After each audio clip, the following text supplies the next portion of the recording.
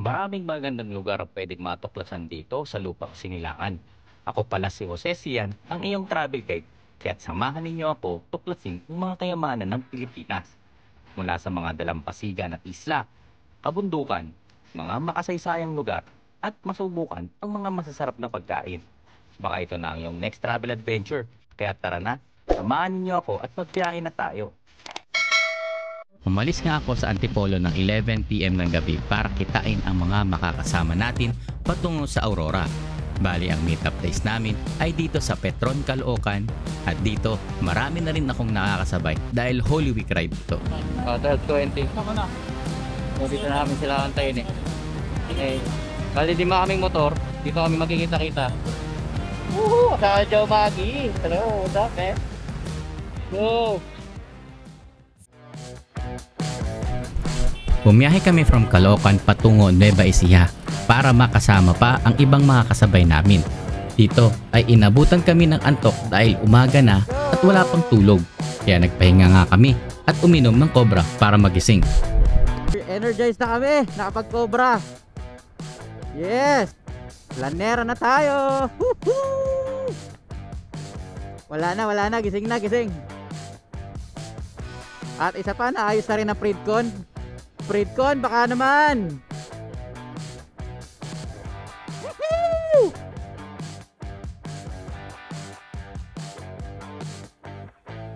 Grabe, dami namin nakakasabay oh. Parang endurance ride, yung datingan.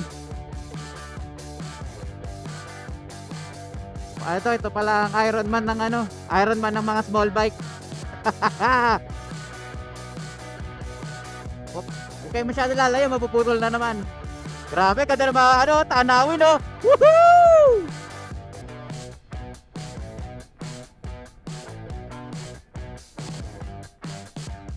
Pakita mo saan yan.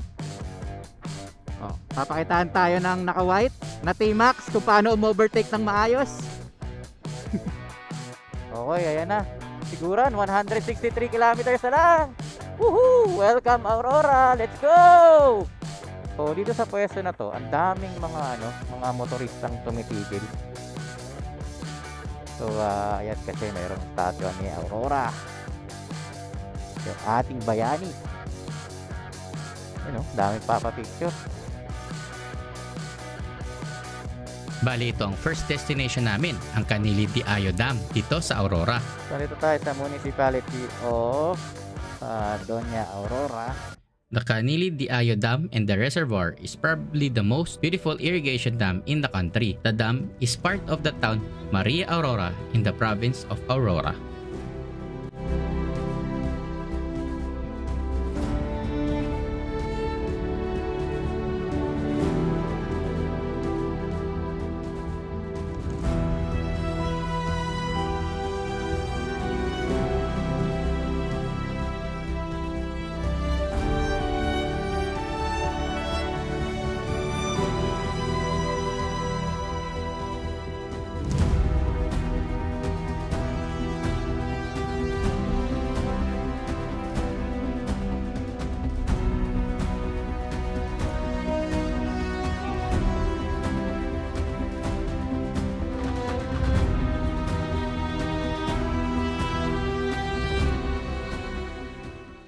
Alright mga ka-venture, nandito na tayo sa Arco ng Baler.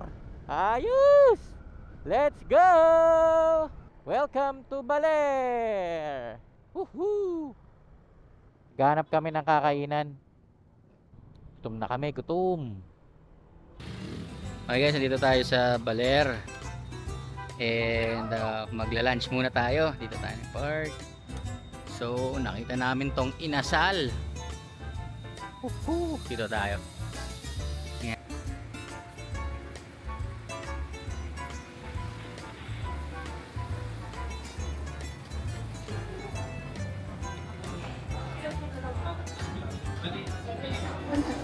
So PM1 lang tayo with drink na para itong bilihan na lang. So 152 ang magiging lunch natin.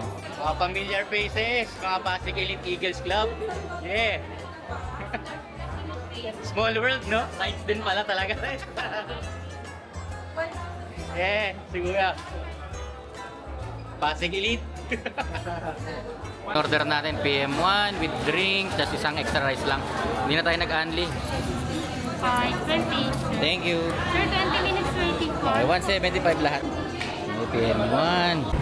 Alright, tapos na tayo mag-lunch sa Inasal. Pero ito, yung mga daanan na dito, parang sa bukiran na. Grabe, ang ganda. Sulitin natin tong punta natin dito. Kasi bihira lang natin mapuntahan to. I mean, ako, first time ko, Baler. Mapuntahan, first time ko. So far, masasabi ko, ang ganda. Una, maganda yung daan. Hindi naman problema. And tingin ko, kahit gabi ka bumiyahe, goods na goods pa din. Grabe. Ang ganda ng Baler. I mean ng Aurora kasi kaya ako nasabi Baler kasi andito tayo sa Baler, Aurora. Grabe mga kasama ko, buti pala sumenyas ako ng kain at wala pa pala sa isip nila kumain. So time check 10:54 sa ating relo dito sa motor, and we are just 2 hours away from our destination, 2 hours and 30 minutes I guess. And meron tayong dadaanan na talagang tourist attraction siya by the beach. May meron siyang you can take pictures and gano'n. So yun, dun tayo next pupunta, and we will be meeting yung mga kasama natin na mga nakakotse, and hopefully magkita-kita na kami dun. Hopefully magkaroon pa kami ng place dun sa or spot dun sa beach kasi sa pupuntahan namin, kasi syempre as we know, Holy Week and it's a holiday and everybody is going somewhere, and malamang hindi lang kami nakaisip na pumunta doon. And kilala na rin yung tourist spot na yun. So grabe talaga yun dito. Tingnan mo naman, parang mga para nasa probinsya talagang yung tipong nakikita mo na mga videos tapos yung content nasa Siargao. Grabe, ang ganda. Tingnan mo naman yan, man. My gosh, the view, baby. Let's go!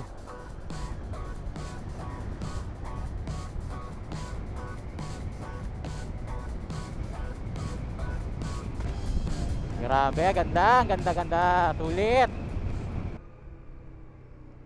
Uy, dagat. Andito na nga tayo sa ating second tourist destination. Amper Beach can be seen from the highway going to Dipacolao proper.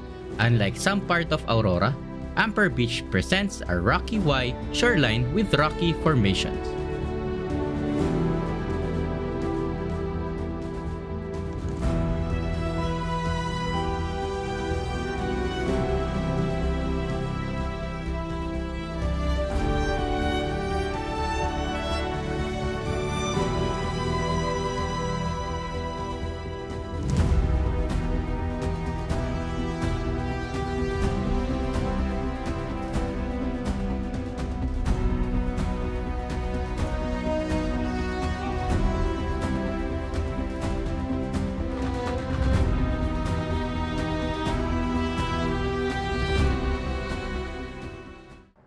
Bitin na lang natin mamaya kung magkano na yung nagagastos natin sa gasolina, sa food. So ngayon, 278.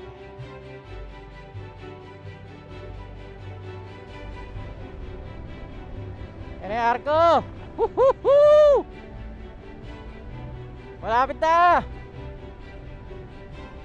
Ay, di pwede, hindi tayo magpa-picture dito.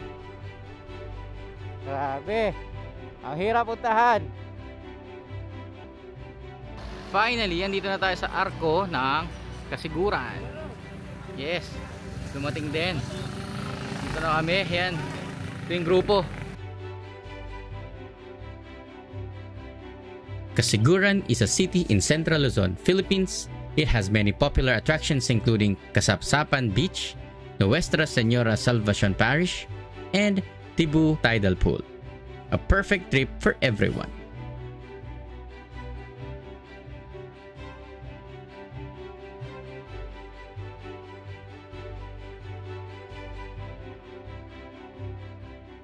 Grabe, ang daming tao. So, Tibu Tidal Pool dito, kakaliwa tayo. Yan. Pinapasukan ng mga mga tindahan din pala dito. Ay, ano, may registration dito. Paghati-hatian na lang po namin. Magkano po ba yung ano? Pesos lang, sir. Per tao. Apo. Pag bata po, wala, libre na. May isa kaming bata eh. 10 pesos lang guys. 10 pesos lang.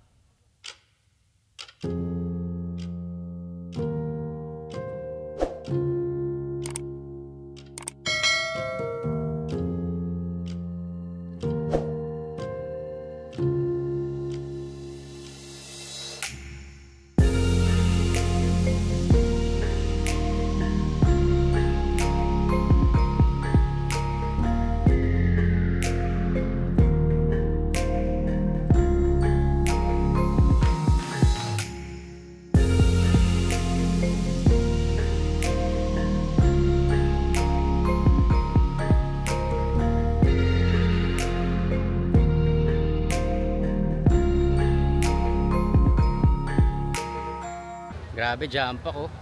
Wala nang extra space. Hindi tayo nakahanap dito banda. Pero may nakausap na sila, Joe. Sa taas may nakuha sila. Dito kasi ano, medyo alanganin eh. May Isipin mo. bata kasi. Hirap ng labasan, no? Holy Week special. Holiday, long weekend. Alam nyo na. Ito yung spot na nakita namin. Ang dami kasi namin, so kailangan medyo malaki. Hindi man front beach, pero malapit na, yan na yung beach. Ay lang, sa may puno after lang. Hop! So ito yung magiging campsite na. Pahar! Ito yung campsite natin.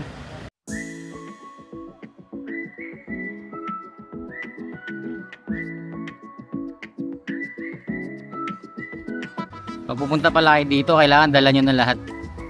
Para hindi kayo lalabas-labas kasi ang hirap din lumabas. Sobrang siksikan din, lalo pag weekend siguro. Ngayon holiday kasi, so long weekend, so mas maraming tao. So pag ganito rin pag weekends, pag weekdays siguro wala kayong problema ngayon.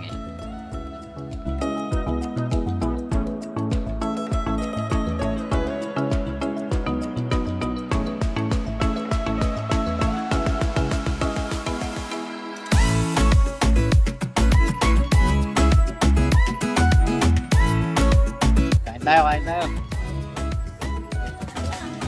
Ba't luto nito? Sarap. Mga bagong dating lang oh.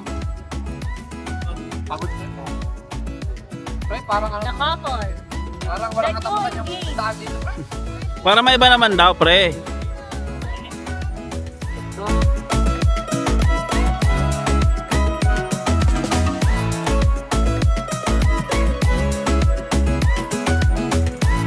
Okay, meron tayong gawang kasiguran. Aurora. Yan, Aurora style. So instead of sibuyas, bawang ang nilalagay pala dito. Boy, bawa. Yan, meron din tayong Alfonso. Pangilan na natin to? 8. Water vlog lang ba? Grabe, sarap! Sarap, pre. Diba? Dapat magluto ka weeks dito eh. Pakitaan mo kami. Pinakala megos eh. So ito ang boys night out, single. Ay, single pa naman, 'di ba? Sabi niya kanina, single. Wala pang asawa. Yeah. Siyempre, shoutout mo naman yung misis mo, men. Hello. Wala akong signal. Wala signal eh, sorry. Si Idol, wala problema eh, kasama na eh. Hindi, sabi ko sa akin, pagka ayaw kang payagan, sama mo. Yeah. Morning.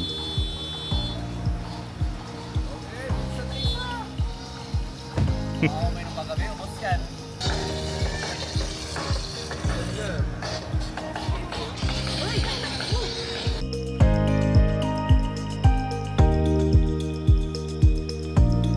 Second day, lumipat kami ng campsite.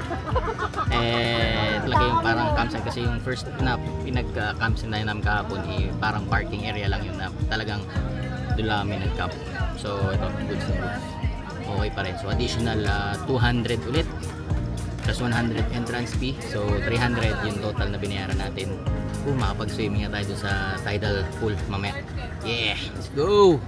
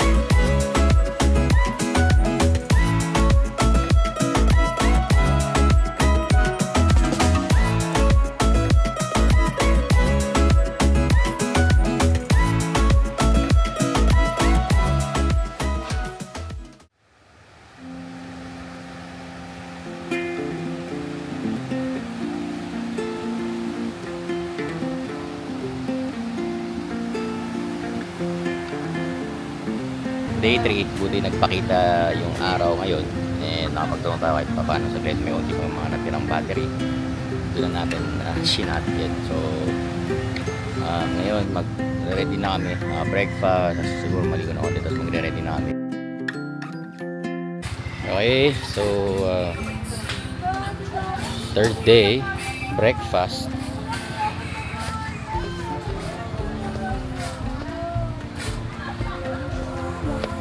Grabe, ang ganda ng kasiguran.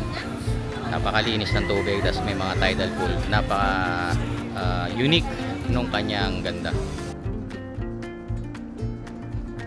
Yeah.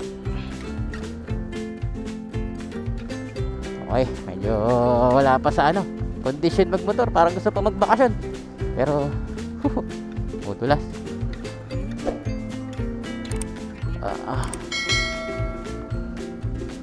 Kaya naman. Mutulas lang na konti.